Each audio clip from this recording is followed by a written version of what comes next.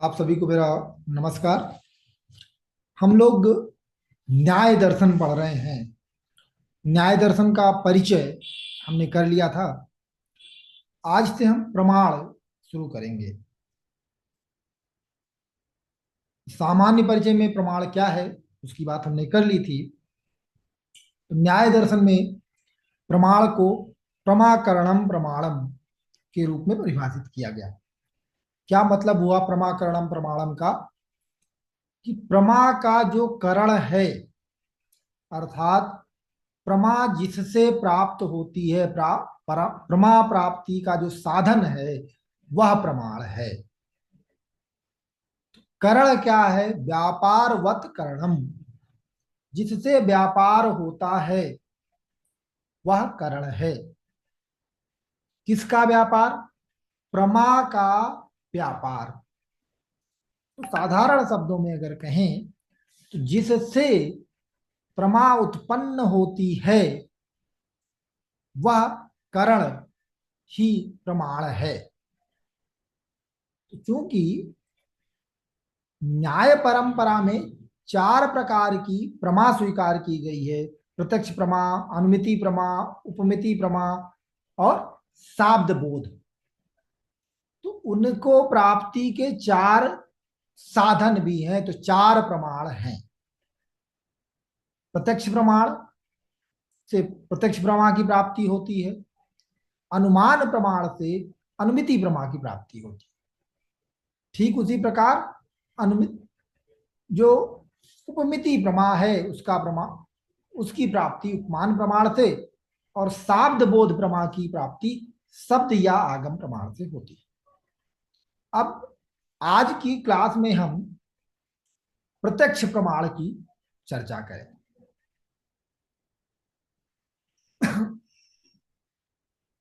भारतीय चिंतन परंपरा में प्रत्यक्ष एक ऐसा प्रमाण है, एकमात्र ऐसा प्रमाण है जो सभी ने स्वीकार किया है। प्रत्यक्षम किम प्रमाणम, जो प्रत्यक्ष है उसको किसी भी प्रमाण की आवश्यकता नहीं है। तो प्रत्यक्ष क्या है? प्रत्यक्ष का जो सामान्य सर्व स्वीकृत बात अगर हम करें तो जो इंद्रिय द्वारा ज्ञान प्राप्त होता है वह प्रत्यक्ष है। अब इंद्रिय द्वारा प्राप्त होने वाला ज्ञान कैसा होना चाहिए? क्योंकि इंद्रिय से जो ज्ञान हमें प्राप्त होता है वह कई बार भ्रामक भी होता है। तो अब हम कह रहे हैं कि प्रत्यक्ष प्रमाण है, अर्थात प्रमा का करण है। तो प्रत्यक्ष की परिभाषा को इस प्रकार से गढ़ना होगा कि ये दूषित ना हो, अर्थात इसे भ्रम से, संशय से, विपर्य से अलग कर सकें।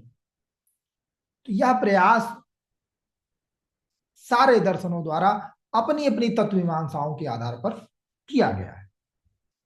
क्योंकि अभी हम बात कर रहे हैं न्याय दर्शन की, तो न्याय दर्शन में जो प्रमा का विचार है, हम और न्याय दर्शन में जिस प्रकार से प्रत्यक्ष प्रमाण को परिभाषित किया गया है उसी की चर्चा अभी हम यहां पर करें। तो सबसे पहले हम, क्योंकि सूत्र से ही दर्शन का प्रारंभ होता है, दार्शनिक संप्रदायों का प्रारंभ होता है, तो महर्षि गौतम ने जो न्याय सूत्र में परिभाषा दी है उसी परिभाषा को हम सबसे पहले देखते हैं। तो इंद्रियार्थ सन्निकर्षण उत्पन्नम ज्ञानम,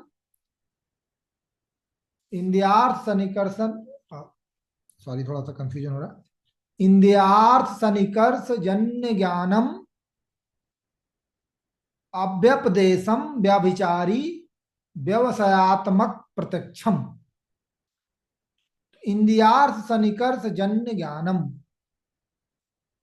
इंद्रिय और अर्थ के सन्निकर्ष से जो उत्पन्न ज्ञान है, जन्य नहीं था तो उत्पन्नम, जन्य नहीं उत्पन्नम ज्ञानम, इंद्रिय और अर्थ के सन्निकर्ष से जो ज्ञान उत्पन्न होता है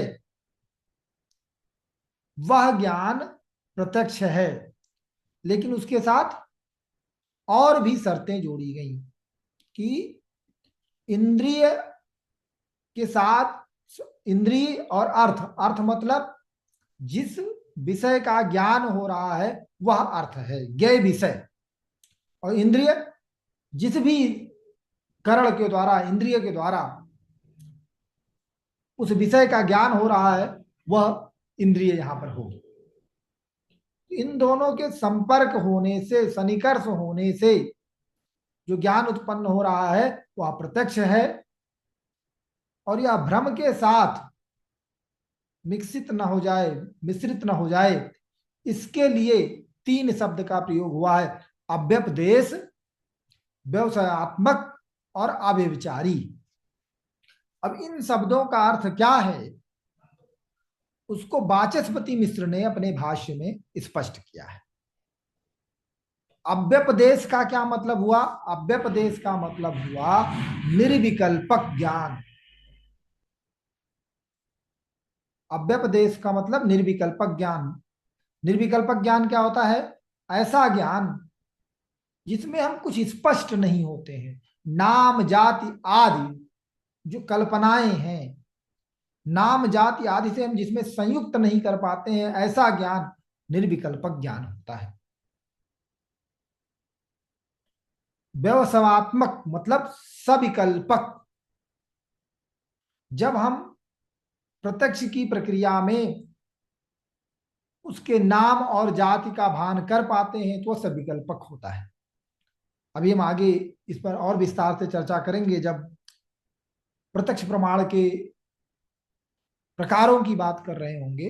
लेकिन अभी के लिए ऐसा समझे कि न्याय दर्शन में प्रत्येक प्रत्यक्ष पहले निर्विकल्पक होता है फिर सविकल्पक होता है। ये चरण है। ऐसा संभव नहीं है कि कोई भी प्रत्यक्ष केवल सविकल्पक हो या कोई भी प्रत्यक्ष केवल निर्विकल्पक हो। तो तीसरा शब्द है अव्यभिचारी। यह शब्द इसलिए महर्षि गौतम ने जोड़ा जिससे प्रत्यक्ष को, प्रत्यक्ष प्रमाण को भ्रम से अलग किया जा सके। किंतु आगे चलकर न्याय परंपरा में ही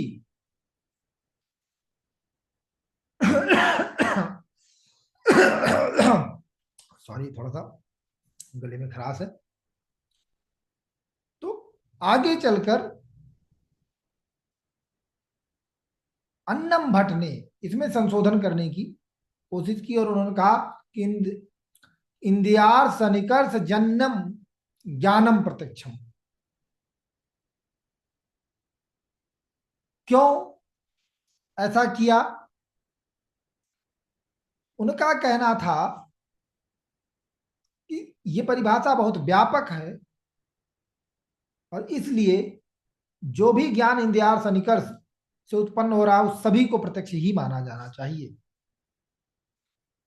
किंतु जब नव्य न्याय दर्शन की शुरुआत होती है तो जो नव्य न्याय भाषा है वो और परिष्कृत भाषा है।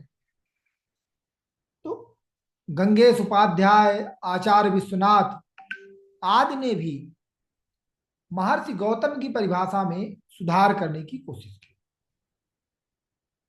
उन्होंने ऐसा कहा कि ये परिभाषा जो दी गई है महर्षि द्वारा उसमें अतिव्याप्ति और अव्याप्ति की समस्या है।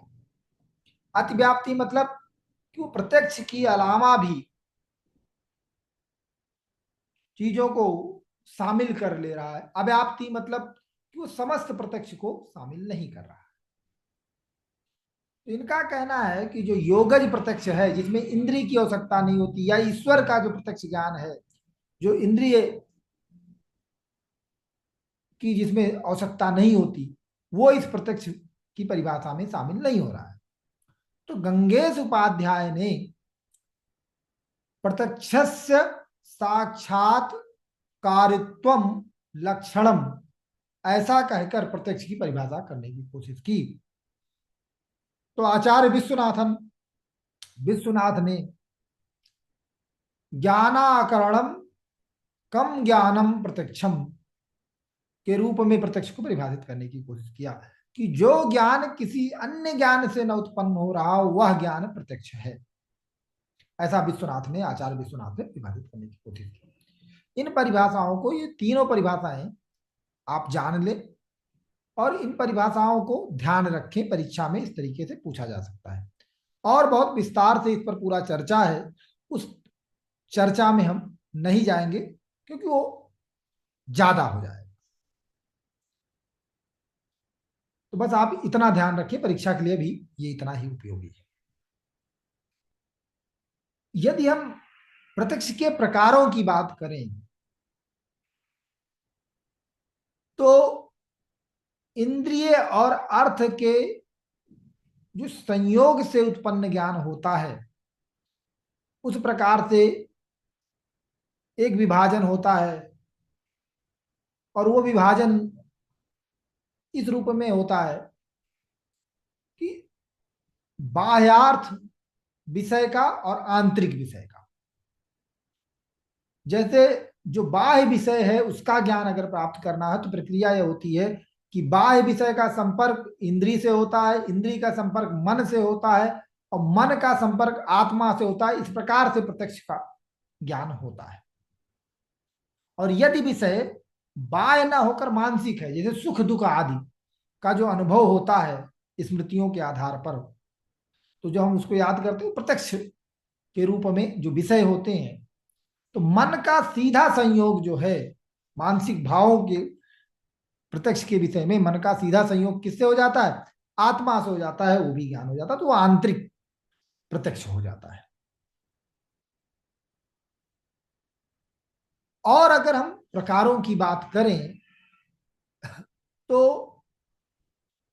प्रत्यक्ष का एक प्रकार लौकिक प्रत्यक्ष और अलौकिक प्रत्यक्ष के रूप में आता है। तो लौकिक प्रत्यक्ष और अलौकिक प्रत्यक्ष की जब बात होती है, अभी इसके हम विभागों की बात करेंगे, चर्चा करेंगे। हम एक अन्य जो आधारों पर प्रत्यक्ष का विभाजन होता है उसको भी देख लेते हैं। लौकिक प्रत्यक्ष जो है, इसके अलावा निर्विकल्पक और सविकल्पक प्रत्यक्ष की बात होती है। तो निर्विकल्पक और सविकल्पक प्रत्यक्ष अपने आप में प्रत्यक्ष की चरण है। निर्विकल्पक प्राथमिक अवस्था है, सविकल्पक बाद की। इसको आप ऐसे समझ सकते हैं कि यदि आप गहरी निद्रा में सो रहे हो, अचानक से आपको आके कोई जगाता है, तो कुछ क्षण के लिए आपको ये नहीं समझ में आता है कि जगाने वाला व्यक्ति कौन है, स्त्री है या पुरुष है, उसका नाम क्या है, वो आपकी माता है या आपके परिवार का कोई सदस्य है या बाहरी सदस्य, ये समझ में नहीं आता। फिर थोड़े ही समय बाद, क्षण भर बाद ही आप स्पष्ट रूप से उसके चेहरे को देख लेते हैं और जान जाते हैं। तो जो पहले क्षण का अनुभव है वो निर्विकल्पक है, जब आप नहीं जान पा रहे हैं वह व्यक्ति कौन है। और जैसे आप जान जाते हो वह व्यक्ति कौन है तो सविकल्पक हो जाता है। इसे हम एक उदाहरण के रूप में समझ सकते हैं। अब जो ये न्याय दर्शन में निर्विकल्पक प्रत्यक्ष को सविकल्पक प्रत्यक्ष की तार्किक पूर्व अपेक्षा माना गया है। तो ये अनिवार्य रूप से होगा ही, ऐसा नहीं है कि निर्विकल्पक प्रत्यक्ष न हो। अगर हम अन्य दर्शनों से तुलना करें निर्विकल्पक सविकल्पक स्थिति के बारे में, तो मीमांसा दर्शन दोनों ज्ञान को अलग अलग मानता है, ये भेदात्मक ज्ञान है। बौद्ध दर्शन प्रत्यक्ष को केवल निर्विकल्पक मानता है, सविकल्पक नहीं मानता है। सविकल्पक जो है वो अनुमान का भेद है। तो इसलिए इसको तुलना के रूप में भी याद रखना चाहिए। तो जो अब हम जो पहले विभेद की चर्चा हमने की थी कि लौकिक प्रत्यक्ष और अलौकिक प्रत्यक्ष, तो लौकिक प्रत्यक्ष जो है उसको दो भागों में विभाजित कर सकते हैं। मानसिक प्रत्यक्ष और बाह्य विषय का प्रत्यक्ष, जिसकी चर्चा हमने कर ली है। और अलौकिक प्रत्यक्ष की अगर बात करें तो तीन है: सामान्य लक्षण प्रत्यक्ष, ज्ञान लक्षण प्रत्यक्ष और योगज प्रत्यक्ष। अब ये सामान्य लक्षण प्रत्यक्ष क्या होता है? जब हम प्रत्यक्ष के द्वारा सामान्य का प्रत्यक्ष करते हैं तो उसे सामान्य लक्षण प्रत्यक्ष करते हैं। अब इसका क्या मतलब हुआ?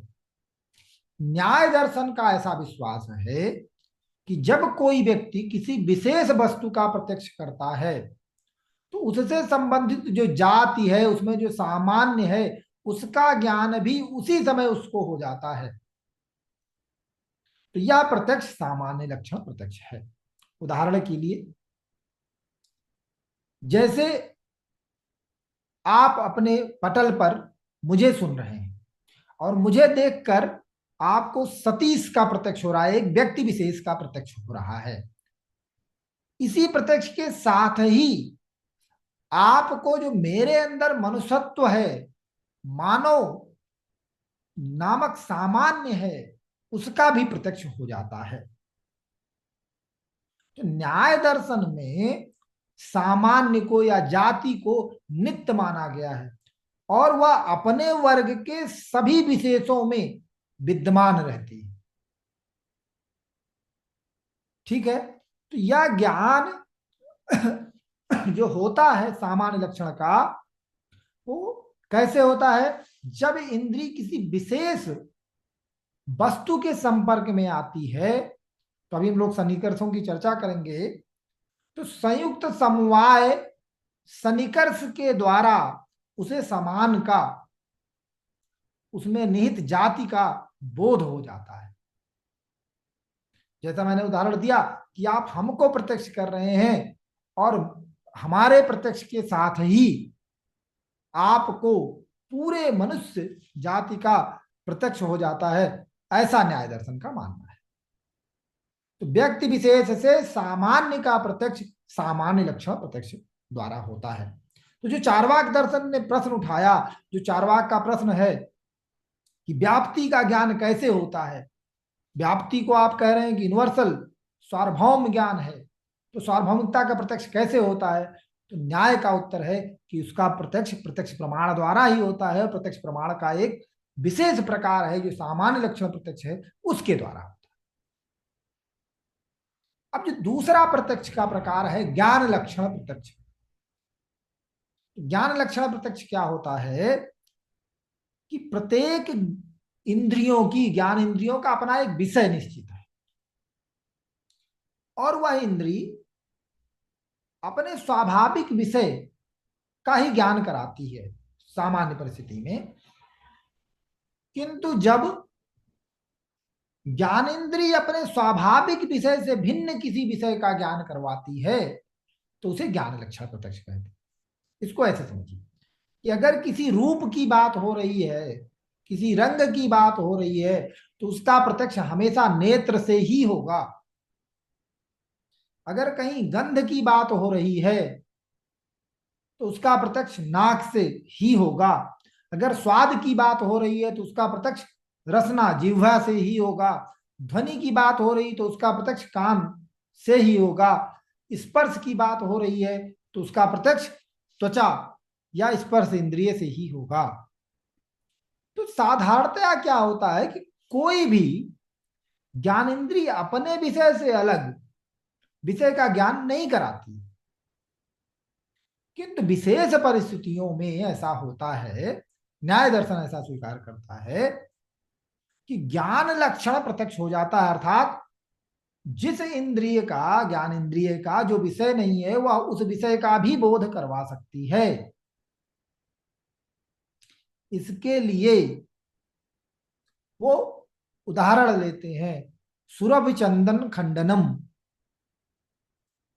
कि जब कोई व्यक्ति दूर से ही चंदन के टुकड़े को देखता है, इतना दूरी है कि वहां तक गंध नहीं पहुंच सकती, तो देखने मात्र से ही उस चंदन के टुकड़े का सुगंधित होने का ज्ञान हो जाता है, या फिर चंदन के टुकड़े, चंदन का टुकड़ा, ऐसा सुनने से ही उस टुकड़े के सुगंधित होने का ज्ञान हो जाता है। अब इसमें प्रक्रिया क्या हो रही है, यहां पर चंदन के टुकड़े को आंख ने देखा, लेकिन अनुभव किसका हुआ, उसके सुगंधित होने का। और सुगंधित होने का ज्ञान किसका विषय है, नाक का, आंख का नहीं। तो जो ज्ञान इंद्रिय है, जो ज्ञान लक्षण प्रत्यक्ष है, वह पहले अनुभव पर आधारित होता है। तो किंतु वर्तमान समय में जो ज्ञान हो रहा है वो इंद्रिय स्पर्श से ही हो रहा है, इसलिए वो प्रत्यक्ष है, वो प्रतिविज्ञा नहीं है। उसका ही पहले ज्ञान नहीं हुआ, उस चंदन के टुकड़े का पहले आपको ज्ञान नहीं हुआ। इस नवीन चंदन के टुकड़े का ज्ञान आपको अभी पहली बार हो रहा। प्रतिविज्ञा क्या होता है, अगर उसी चीज का ज्ञान आपने पहले किया था, अब उसको आपको रिकॉल हो रहा है, तो ये प्रतिविज्ञा नहीं, रिकॉल नहीं है, ये नवीन चंदन का टुकड़ा है और उसमें सुगंध होना देख के पता चल रहा है। तो यहां पर जो स्मृति है वो केवल चंदन के साथ सुगंध के संबंधित होने की स्मृति है, इस टुकड़े, इस ज्ञ विषय के साथ नहीं। प्रतिविज्ञा में क्या होता है कि मान लीजिए आपने पिछली क्लास में भी मुझे देखा था, इस क्लास में भी मुझे देखा, तो आपको याद आ गया कि मैं ही हूं। तो दोनों के ज्ञान का विषय सेम है, लेकिन ज्ञान लक्षण प्रत्यक्ष में ज्ञान का विषय एक नहीं होता। ठीक है, इतना स्पष्ट है। किसी को यहां कुछ पूछना हो तो पूछ सकते हैं। किसी को पूछना है? नहीं।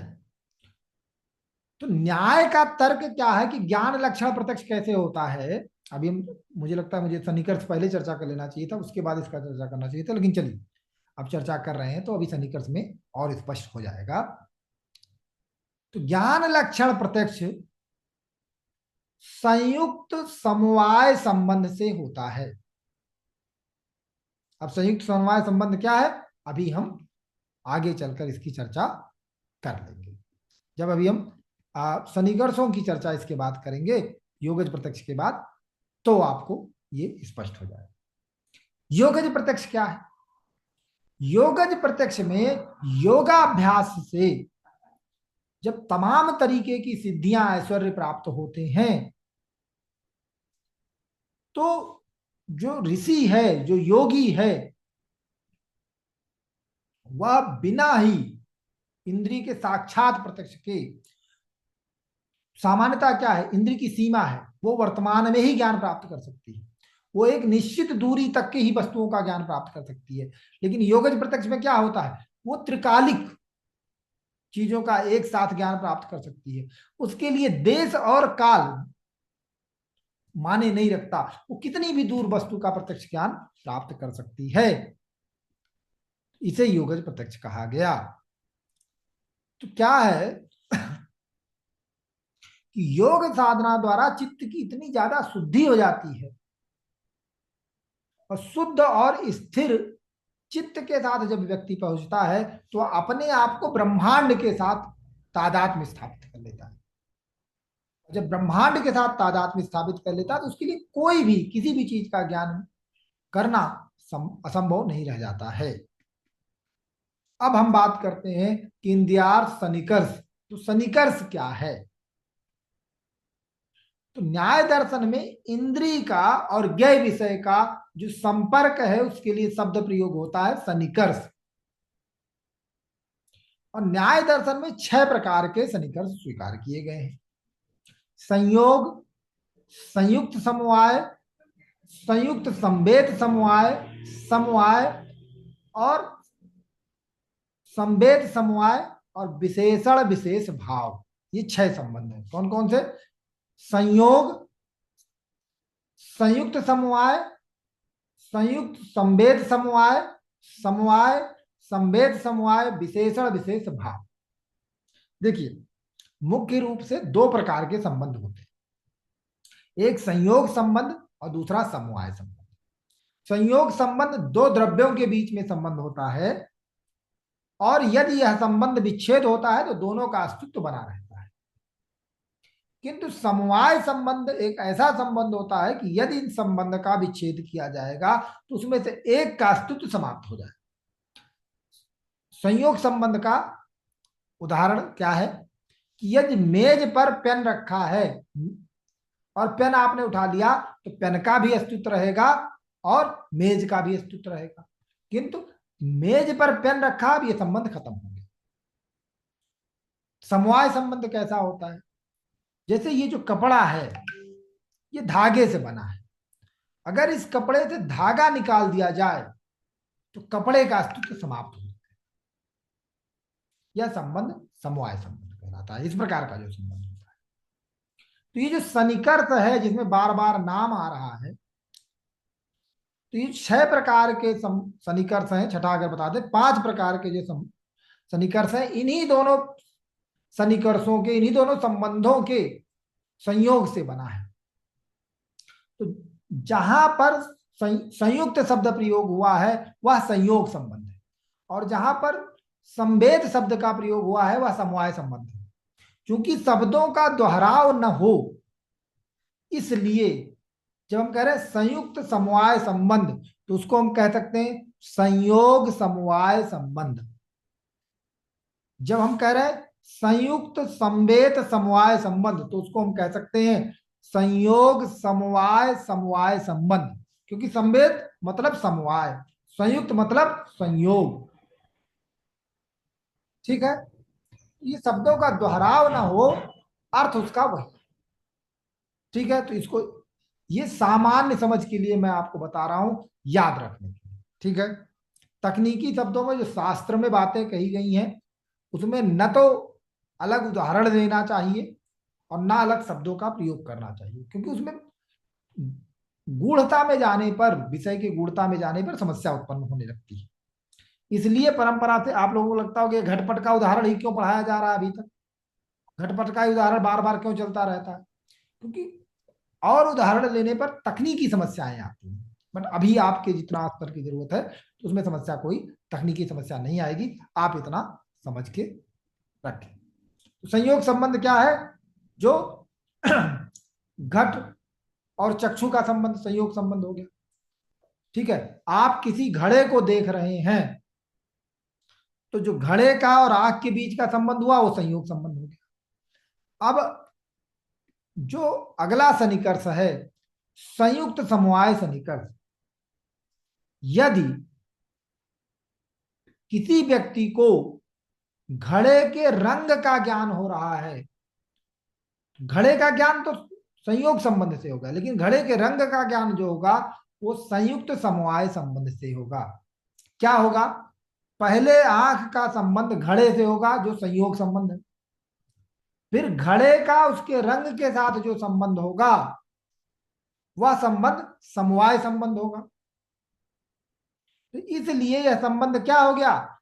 संयुक्त मतलब संयोग, और घड़ा उसके रंग का संबंध समवाय संबंध। तो यह संबंध क्या कहलाया? संयुक्त समवाय सन्निकर्ष। स्पष्ट है? जिसको जहां भी समझ में ना आए तुरंत टोक लीजिएगा। अब अगर घड़ा लाल रंग का है और आपको लालत्व का अनुभव हो रहा है तो किस सन्निकर्ष से होगा? संयुक्त संवेद समवाय। संयुक्त मतलब पहले आंख का संपर्क घड़े से होगा तो ये संयोग हो गया, फिर घड़े का संबंध उसके रंग से हुआ तो वो समवाय संबंध हो गया।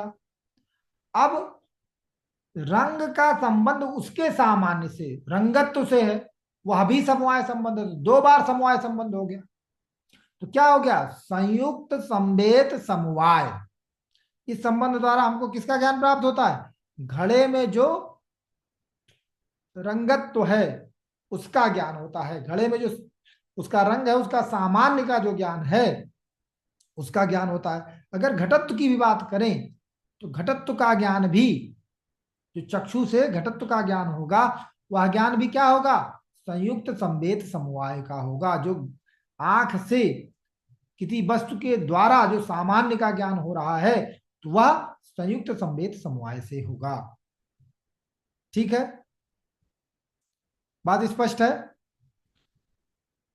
चौथा संबंध है समवाय संबंध। तो समवाय संबंध जो होता है वो पार्ट और प्रॉपर्टी के बीच का संबंध होता है।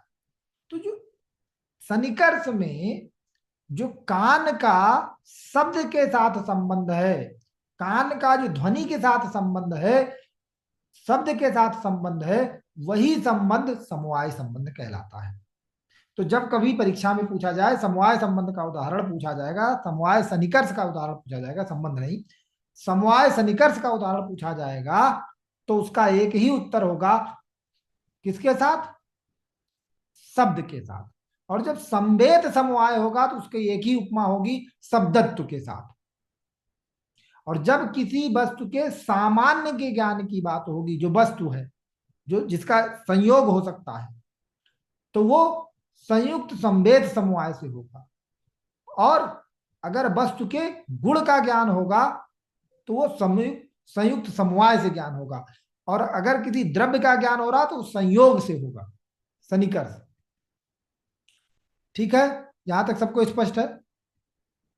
तो जो छठा सन्निकर्ष है विशेषण विशेष भाव, वो किसी के अभाव का ज्ञान होता है। विशेष क्या होता है? जिसकी विशेषता बताई जाती है। तो विशेषण किसी विशेष की विशेषता बताता है। तो जब किसी विशेष स्थान पर किसी विशेष वस्तु का अभाव का ज्ञान होता है तो उस विशेष स्थान, वो विशेष हो गया, उसमें किस विशेषण का अभाव है? उस विशेष वस्तु का वहां अभाव है। तो यह ज्ञान विशेषण विशेष भाव से होता है। तो जब भी किसी के अभाव की बात की जाए तो वह कैसे ज्ञान होगा? वह ज्ञान विशेषण विशेष भाव से होगा। ये एक अलग सन्निकर्ष स्वीकार किया गया है न्याय दर्शन। अब सन्निकर्ष में किसी को क्वेश्चन है, कोई जिज्ञासा है हो तो आप पूछ लीजिए, नहीं तो हम भ्रम की बात कर ले और भ्रम के साथ ही प्रत्यक्ष खंड जो है इसका पूरा हो जाए। नहीं, तो प्रत्यक्ष हो रहा इंद्रिय और वस्तु के सन्निकर्ष से।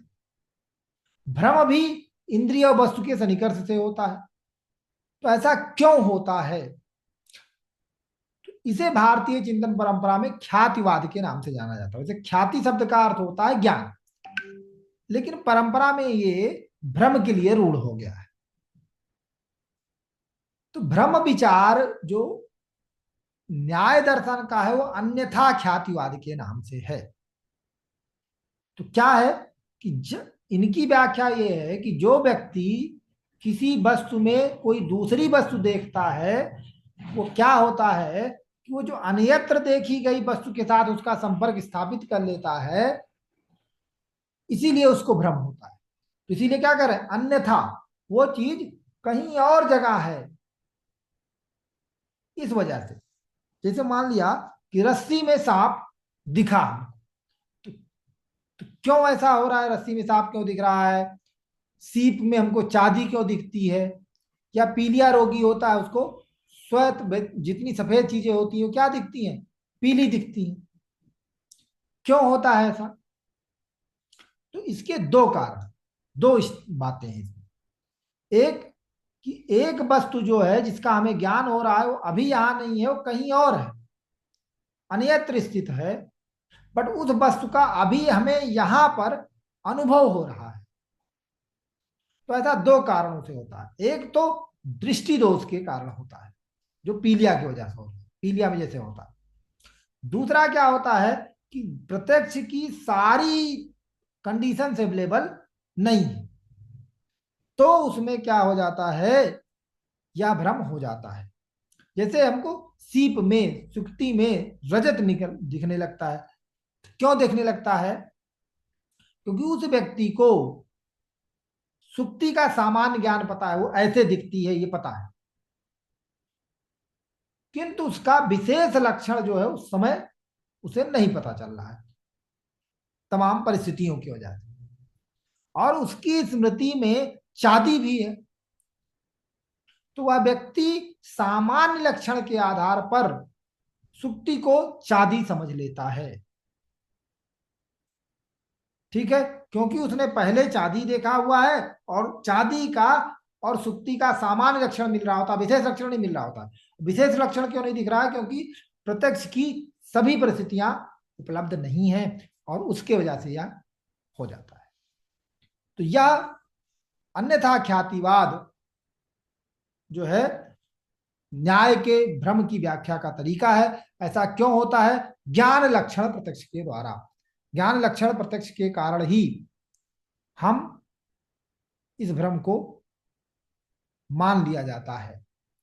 ठीक है, इसके संबंध में और अलग अलग दर्शन है। जैसे न्याय अन्यथा ख्यातिवाद मानता है, तो भट्ट मीमांसक विपरीत ख्यातवाद मानते हैं, अद्वैत वेदांत अनिर्वचनीय ख्यातवाद मानते हैं, और सांख्य मानता है विवेक ख्याति मानता है। इसी तरीके सब चिंतन परंपराओं में ख्यातिवाद की अपनी विचारधारा है। इससे प्रश्न पूछे जाते हैं, तो ख्यातिवाद पर हम एक अलग से चर्चा हम लोग कर लेंगे। अभी किसी को कोई प्रश्न पूछना है तो पूछिए, अन्यथा अब हम इसको यहां पर समाप्त करते हैं। किसी को कुछ पूछना है? नहीं?